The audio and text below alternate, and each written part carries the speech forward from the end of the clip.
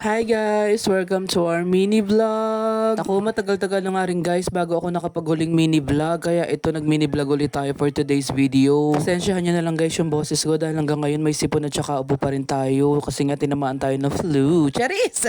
Saan po nga itong video na to? Pali Friday ito naganap kasi nga ito yung coding ni Papa Tom, so yan bumili siya ng isang pata at gusto daw niya may sabaw. Nagisingan nga namin ni Rio wala siya, sabi ko nasan kaya yun at baka ako bumiyahe pa, yung pala bumili lang ng ulam. So yan guys, siya daw magluluto niya at bumili na nga lang daw ako ng mga isasahog at lalaga nga namin yan for today's video. At naku, nung narinig na nga ni Rio na lalabas ako nauuna pa talaga siya sa akin, kaya sabi ko sige bibideo ang kita, maglakad-lakad ka lang dyan sa harapan ko. Alam nyo ba guys, sobrang lamig talaga dito sa amin, kaya talagang halos yung mga bata at saka kami rin may mga sipon at ubo at hindi talaga mapigil, sobrang ginaw.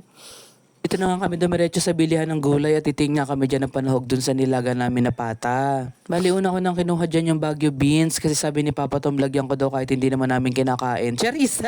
Wala ako na ilang piraso dyan guys kasi nga hindi naman talaga ako kumakain ng Baguio beans lalo sa ganyan mga nilanilaga. Iba kasi yung panlasa ko. Kumuha na rin ako nitong Pechay Baguio kasi sabi ni Papa Tom mas masarap daw yun sa nilaga. Ayaw yata niya ng repolyo. Kumuha na rin ako nitong sibuyas guys. Wala na kasi kami yan sa bahay pero marami pa kaming bawang kaya lang di naman kailangan yan. Kaya sibuyas lang muna yung binili ko. Gusto ko rin talaga sa nilaga may kamote kasi medyo matamis-tamis yung sabaw kapag nalabog na yan at kumulo-kulo na. Tapos namin bumili ni Rio ng mga panahog, bumili muna kami dito sa pharmacy ng gamot nila sa sipon kasi nga nasisipon nga rin sila ni Kuya Sander. Ay Sodrin lang naman yung binili ko guys kasi yan talaga yung iniinom ni Kuya Sander, hindi kami nagsasapilitan yan kapag yan ang iinumin niya at talagang gustong-gusto pa rin ang inumin yan guys. Paan pa nga kami guys sa tindahan ng gulay kasi may nakalimutan akong bilhin, sabi ko kasi parang gusto ko rin ng repolyo kaya doon na lang ako bumili sa kabilang gulayan. Fast forward, nakauwi na nga kami ni Rio sa kaartehan na maglakad yan at tagal-tagal din namin bago nakauwi at yan, inasikaso na nga ni Papa Tom yung mga binili namin na gulay. Tamang-tama rin naman at medyo malambot na rin naman tong pata, saktong-sakto lang yung gulay na pagdating namin, kaya yan pagkahugas si Papa Tom maya isa-isa na rin naman niyang ilalagay yan. Kawang ako dyan guys, siguro si Papa Tom naiisip niya lagi na ako nagtitipid sa pambudget sa ulam kaya siguro siya na lang din nagkusang bumili ng masarap. Charis!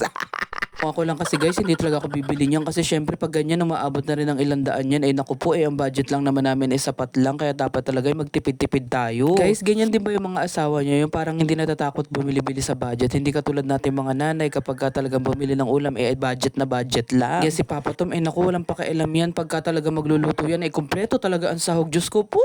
O siya, tama na nga ang chismis kay Papa Tom at baka pag napanood niya to kukurtin talaga ako nun. Charis!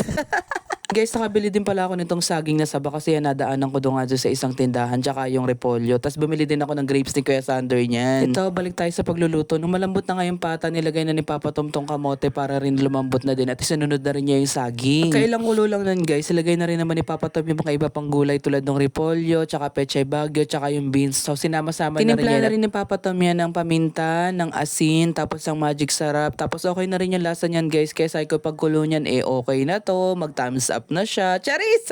Bali mag-alas 12 na nga nang maluto yan, kaya pagkaluto talaga niyan nagpahain na agad si Papa Tom at si Rio ako'y sabaw na sabaw. Si Sander guys, silutuan na rin ni Papa Tom ng pagkain niya at yan sabay-sabay kami tatlo kumain kasi si Kuya Sander hindi talaga yung sumasabay sa amin, natatakot siyang pakainin ng rice. O siya lang muna guys, kakain muna ako. Bye!